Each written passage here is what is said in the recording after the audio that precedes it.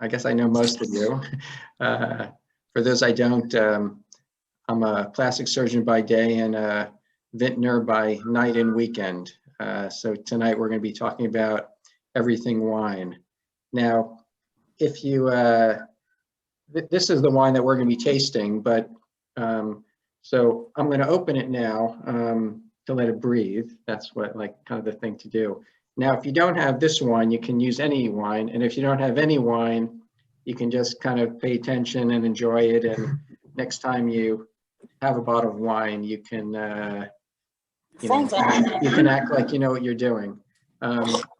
So this is sort of like a nifty kind of, corkscrew. It's called a rabbit.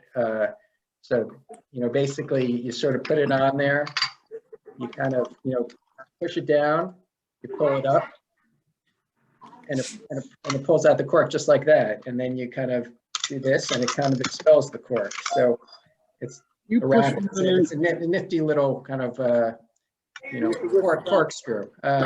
So we're just going to set this aside and have it later.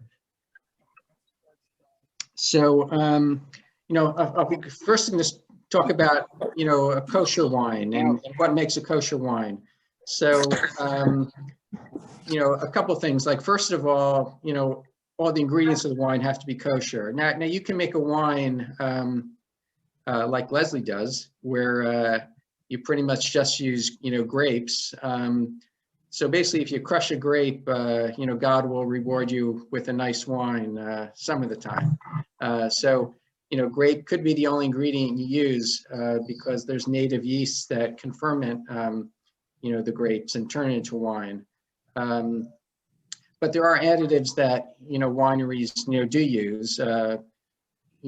People that don't use native yeast, and it's most amateur winemakers, like me, and a lot of commercial wineries, add yeast. So that yeast needs to be kosher certified, and there are many yeast out there that are. There are other additives that are used to, modulate things like, acidity and other things. There are fining agents that are used to kind of clear the wine, so it's not cloudy. Now, in the past, things like ox blood, have been used even for that purpose. So obviously, that would be not a kosher wine. So you start with, all the ingredients have to be kosher. And the second thing is that the wine, from the time the grape is crushed to the time it's bottled, it has to can only be handled by someone who's like Shomer Shabbat. So what's the reason for that? Many years ago in ancient times, and probably still today, pagans used wine as part of their rituals. So in order to steer the Jews away from the pagans, this law was kind of implemented. So it would discourage, a Jew from attending a pagan event where this wine would be, as part of the, ceremony. So that's, that's sort of the essence of, the origin of kosher wine. And the second thing is, and if you go to, commercial wineries, they could be run by people who aren't Jewish or are not, Shomer Shabbat, but they have like a mashgiach type person that, does all the actual handling of the wine, exclusively, even though the winemaker is sort of supervising kind of how it's made. Now, the other concept is mavushal, and that developed, basically, say you have a kosher wine that, a non-Jew takes to his, pagan ceremony, uses it there and then brings it back to the Jew. So that wouldn't be good either, because it's getting the Jews too close to, paganism. So the concept of mavushal is where, the wine was boiled, basically. Because a pagan in a ceremony would not use a boiled wine because it's inferior quality. So a wine that's mavushal, or boiled, and today for practical purposes, if you have a non-Jew serving your wine, it has to be a mavushal wine because it's a non-Jew kind of handling the wine. So, but today the wines aren't really boiled. It's like a flash pasteurization, a very kind of brief kind of heating that, doesn't, most people believe it doesn't affect the quality of the wine, but the wine purists and the higher quality kosher wines are non-mavushal, which don't go through that treatment. And therefore, that's a wine that a non-Jew couldn't, pour for you. So that kind of clarifies, kosher mavushal. Now, about 15 years ago, I had this Tanachic vision of starting a vineyard. My wife was crazy, what are you doing? But I kind of got this bug, and having a vineyard is very Tanachic. There's a lot of references. Other things like a shepherd is pretty Tanachic, but that was having a herd of sheep in Great Neck was even less practical than having a vineyard. So I went for the vineyard. So I built a trellis. We had a shipment of these, stakes coming in. I dug up the only, empty spot in our yard, and to my wife's chagrin. So Vivian, wasn't too pleased with that. And I planted some vines, and a few years later, lo and behold, a vineyard, started to grow. Now there's a term called terroir. It's a French word, Terroir, which refers to the kind of, basically all the geographic and climate aspects of a vineyard. So, there are places in the world that have excellent terroirs, like, Bordeaux or Napa, Judean Hills, Golan. These are choice places to grow, grapes, and it could be, and it reflects the things like the altitude, the climate, whether it's hot or cool, whether the nights are cool and the days are hot, the wind direction, how the vineyard is sloped. So it's a very particular thing, and when you're starting a vineyard, you want to pick an ideal terroir. It's the soil. It's if it's sandy or clay, or you're by a river or an ocean. So it's very particular. But I didn't choose my terroir because I just had this one thing, and it kind of chose me. And I figure I'll plant it, and we'll see what happens. So I'll show you what happened. So I'm going to kind of share the screen and show some pictures here. So everybody see this? Everybody see a picture? Yes. Yes. Okay. Yes. Okay. So Backyard, huh? okay. So so a few years later, this appeared, and that was like pretty impressive. That I can actually kind of have a beautiful vineyard. And then it takes a few years for the grapes to come, about 3 years. So, a few years later, we had this. And I figured, I've got grapes, I'll make wine. So I kind of got some books, as I did with planting a vineyard, and learned how to make wine. Now, the vineyard, it's a very, kind of beautiful, magical experience. In the spring, you kind of prune it all down, so there's, very little, kind of, shoots. So you kind of, and then it starts, generally in about, April, this starts happening. So it starts, buds start forming, and then, they lengthen. And then you develop this, which is like little flowers of the grapes. And this happens generally around June or so. And then each one of those little flowers, becomes a grape. So this is some of the Chardonnay grapes, that I grow, and as they ripen, they, which is, over the summer, they kind of become translucent like the white grapes. This is a Sauvignon Blanc, that I grow in my vineyard. Also a beautiful grape. Now, red grapes are very interesting. When they ripen, they undergo a process called veraison, another great French word. So they start out white and they kind of start to turn red, during this ripening phase. And it's, this magical kind of experience, when that happens, kind of quite beautiful, really. And then they become like this. And this is a Cabernet Sauvignon, that I grow in my vineyard. And this is a Merlot, that I grow in my vineyard. I grow kind of lots of different varieties. I have a small vineyard, obviously. I'd like to visit vineyards, just to get some tips. And once I, visited a kind of a winery, with, my brother-in-law, his family, and I was asking lots of questions, and they asked me, "Oh, how many acres do you have?" And I said, it's more in measured how many like vines that I have. So it's kind of quite small. But harvest time is a very exciting time, and the optimal time to harvest, depends on a lot of factors, like including like sugar content of the grape is one of the most important. And you can the grape is actually the sweetest fruit, and it's about 25% sugar, and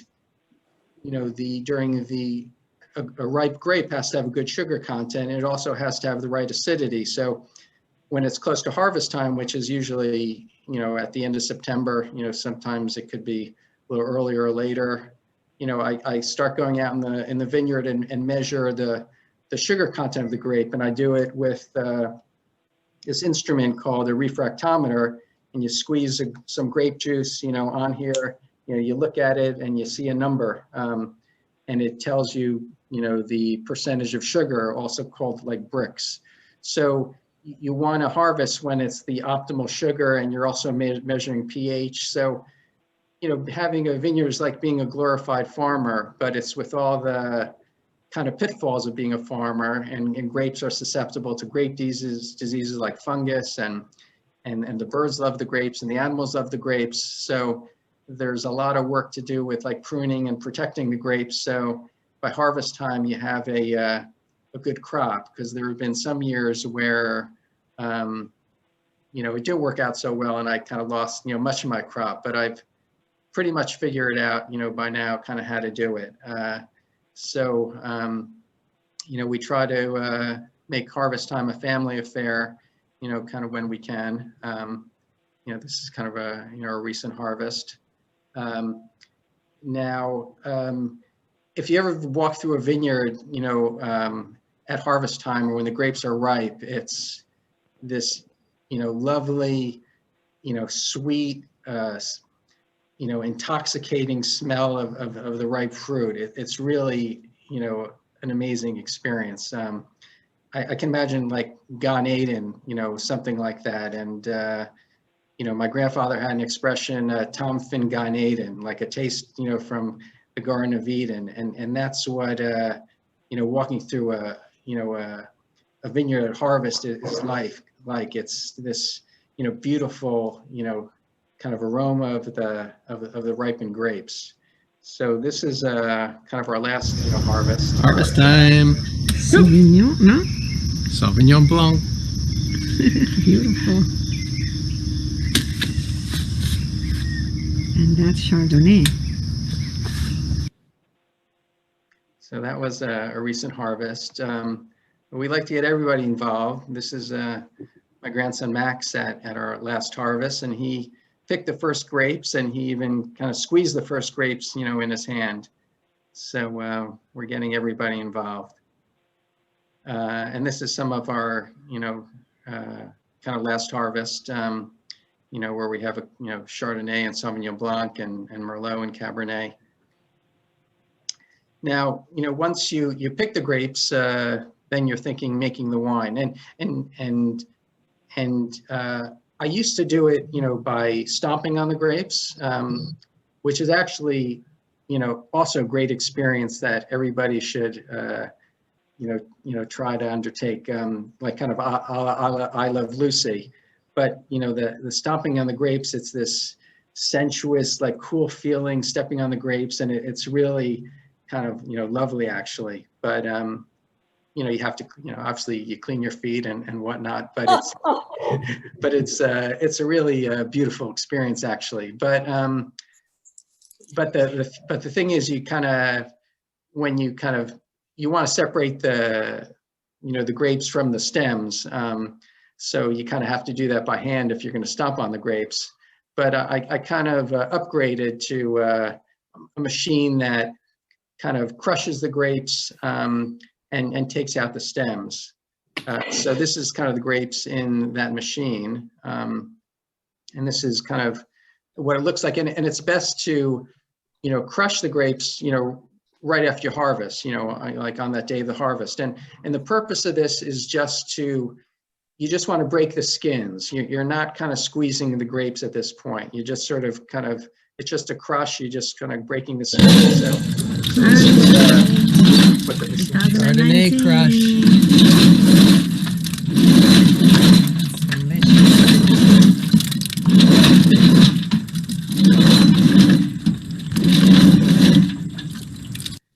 And it comes out as this, these crushed grapes with the, skins and the juice and fresh, grape juice is also like so delicious. The grapes that you get in the store are, not so good,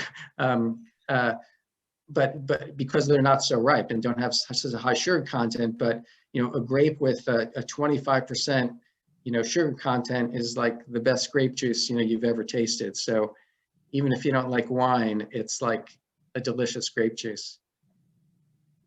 So, and this is kind of, red grapes kind of being crushed. So, once you've crushed the grapes, then, you're making wine. Now, making red wine, white wine, and rosé, there are different kind of techniques.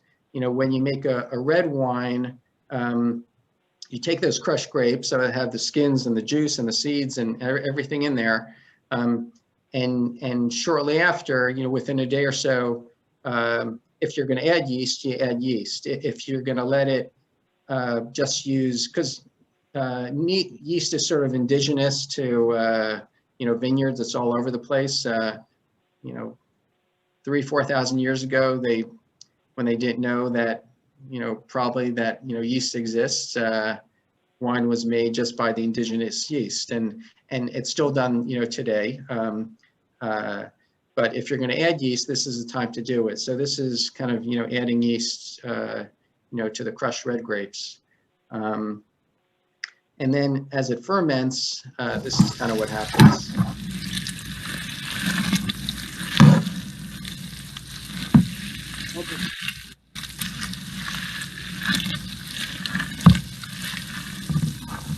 So basically over the next, couple of weeks, the wine is fermenting. And what happens basically is the sugar in the grapes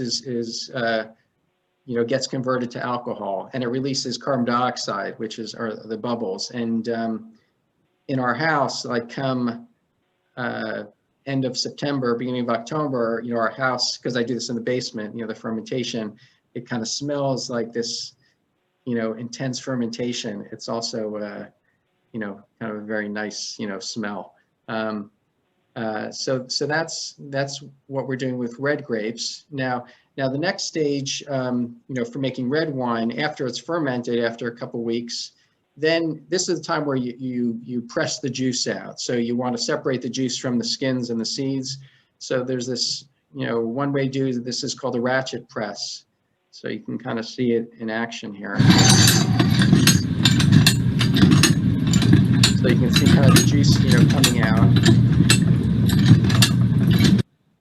And then, after you kind of separate the juice, you're left with like this, which is kind of the skins and the seeds. And And during that fermentation process with a red grape to make red wine, the color is being extracted from the skins, and that's what gives the red wine its kind of intense color.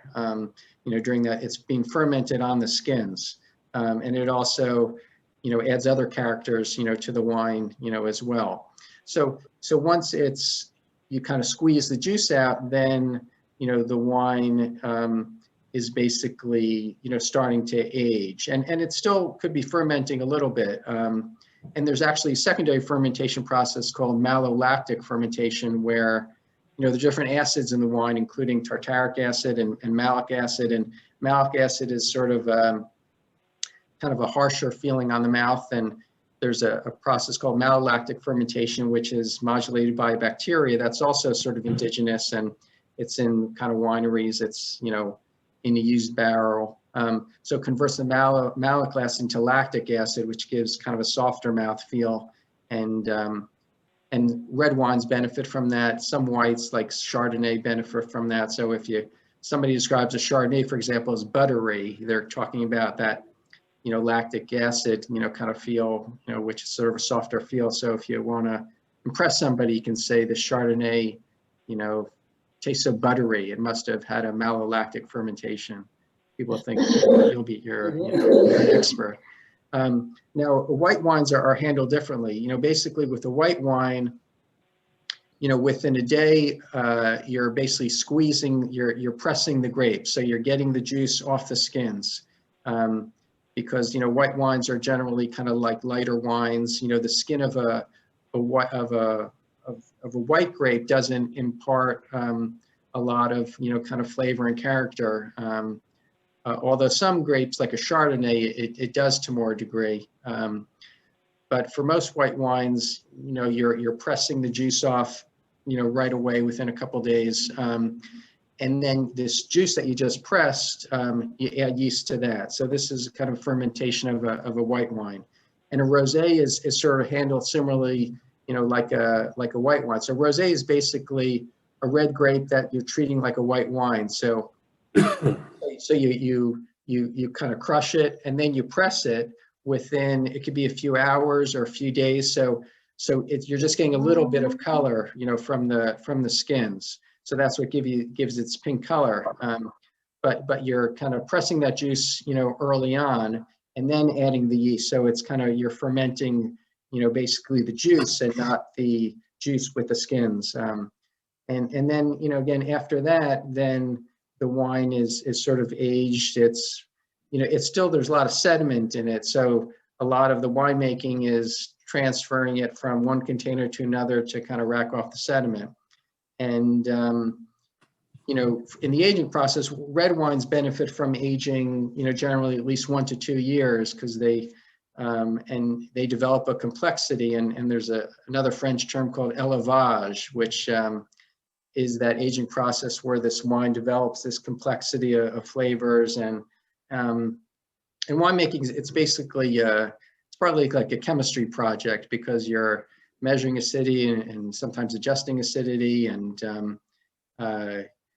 the goal obviously is to make a nice wine. And during that process, you don't want any, once it's the initial fermentation, you don't want any air to get in there. So you put air locks on there, which releases, CO2, but doesn't let any air in, because, air exposure is bad for wine, because it turns into vinegar basically, because there's bacteria that like the air and the oxygen, and get into the wine. So you want to, that sort of was a secret discovery with winemaking within the last, couple hundred years.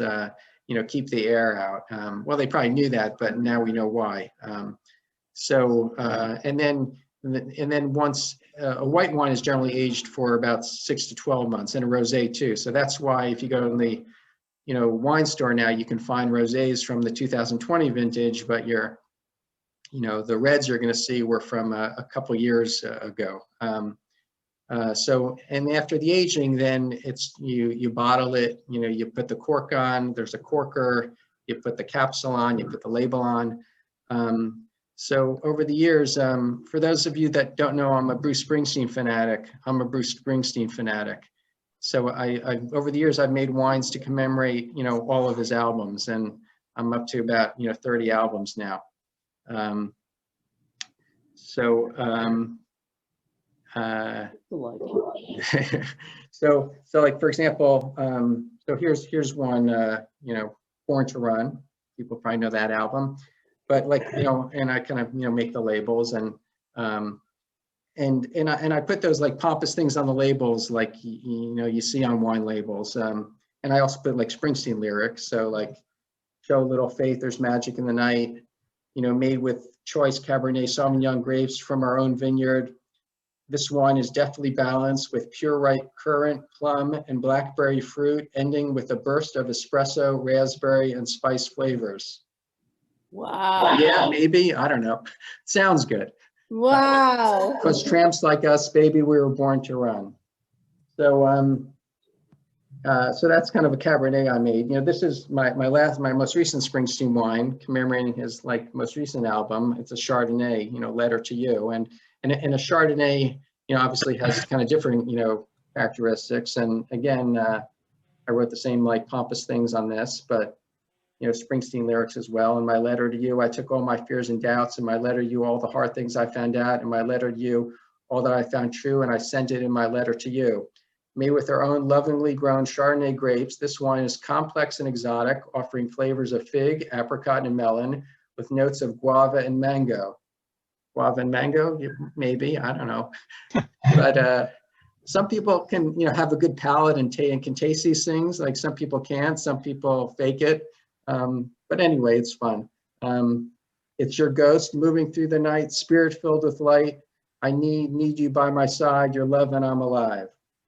Now, I also made that wine into a sparkling wine. Now that's another really kind of fun thing to do, because a sparkling wine like champagne is basically a finished wine, but then you add into the finished wine, you add yeast back into it with some sugar, because so it's something to ferment, and because now you want, and you kind of keep the bottle closed. So basically now that CO2 from the fermentation you want now in the bottle, so that makes the bubbles.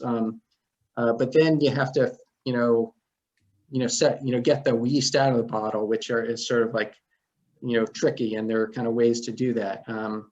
So this is a sparkling Chardonnay, also known as Blanc de Blancs. And kind of go into that later. This is a kind of a Moscato I made, born in the USA.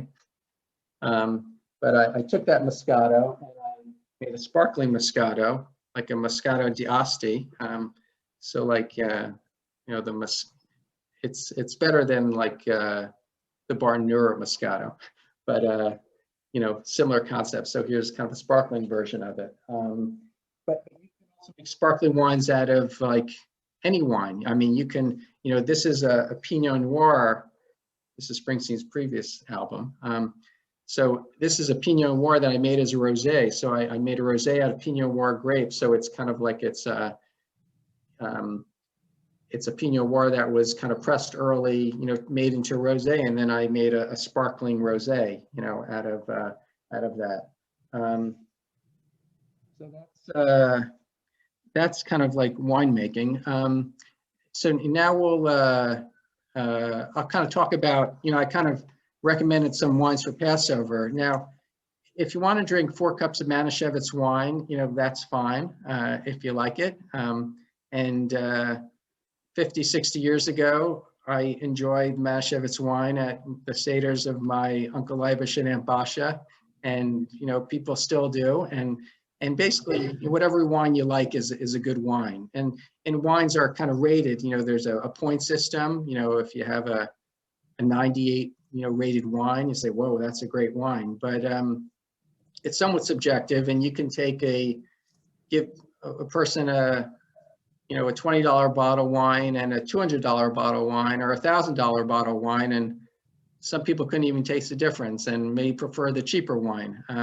So a good wine is whatever wine you enjoy. And even like the rating system is somewhat subjective. They've done studies even where they have wines that won awards at festivals, like, and then they kind of mix up those wines and they test them again, and the wine that won the gold medal is now in like last place, and the worst wine is in first place, or so it's like somewhat subjective. But obviously there are bad wines out there, but there are a lot of good wines out there. So so if you're not going to do the 4 cups of Manischew, that's, you know, a fun thing to do is to, for each cup, have a different type of wine, like have a, you know, a red wine for the first cup, a white wine for the second, a rosé for the third, you know, a champagne type wine, you know, for the fourth, or a dessert type wine.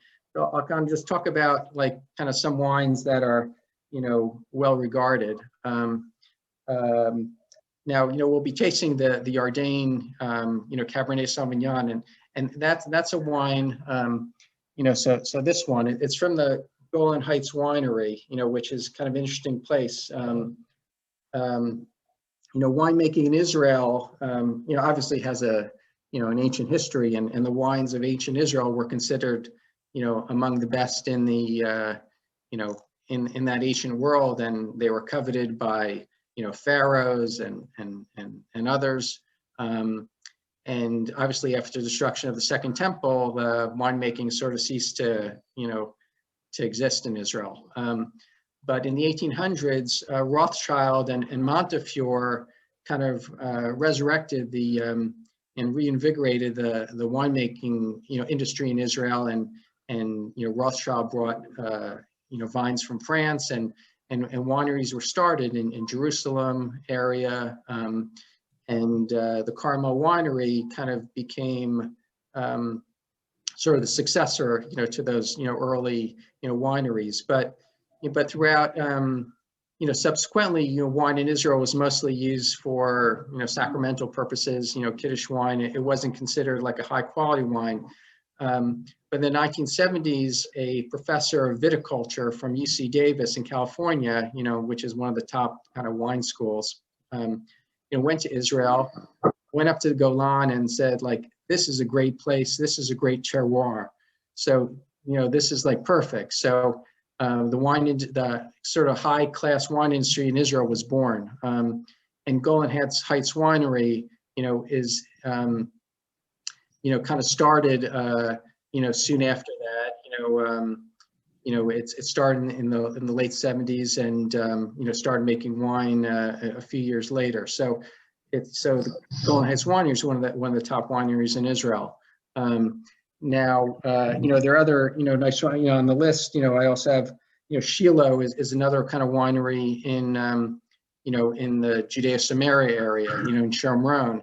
And that winery was started, you know, in the, you know, not that long ago, you know, maybe about, you know, 25, 30 years ago.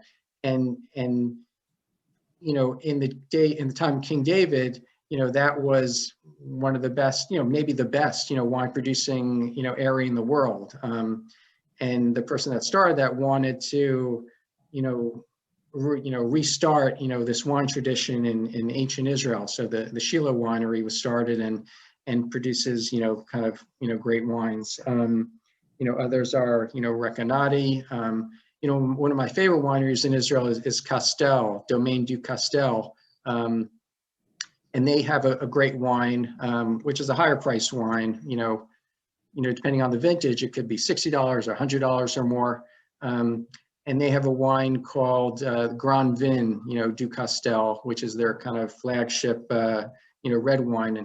And that's and they have great white wines too. And I'll kind of show you some of those. And that's a very interesting winery. You know, it was started by, if anybody knows the restaurant Mamma Mia in Jerusalem, I remember going there in the 80s even. And there's a fellow, Eli's Ben Zaken, who's originally from Alexandria in Egypt, and then he kind of moved to Europe, you know, and in the 70s made Aliyah from Milan. And, you know, he started this restaurant, and, you know, and had an inspiration to, you know, plant a vineyard. So he bought some property in Ramat Raziel in the Judean Hills and started the Castel, you know, winery. And it's one of the top, you know, wineries in Israel. It's subsequently moved to Yad Shmona, but it's, you know, kind of outside of Jerusalem and Judean Hills, which is, you know, kind of a wonderful place. You know, there's another, you know, there's California winery Covenant. This is kind of one of the premium like wines also. It's from Napa. Now it's also an interesting winery. It was started by this fellow Jeff Morgan, around 20 years ago or so. And he was a wine editor and kind of wine writer and food writer and editor. And he basically wanted to make the best kosher wine ever made. He figured if I get the best grapes like from Napa and a great winemaker, I can make, a top quality, world-class wine. And he kind of largely succeeded, with his, Covenant, Cabernet.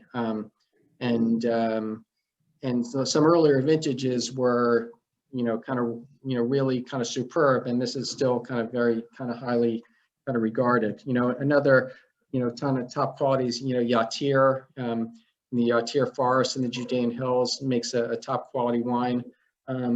Just one thing about wines, like you may see on a wine label, Cabernet Sauvignon. So in America, like in California, most wines are labeled by the type of grape, so a Cabernet.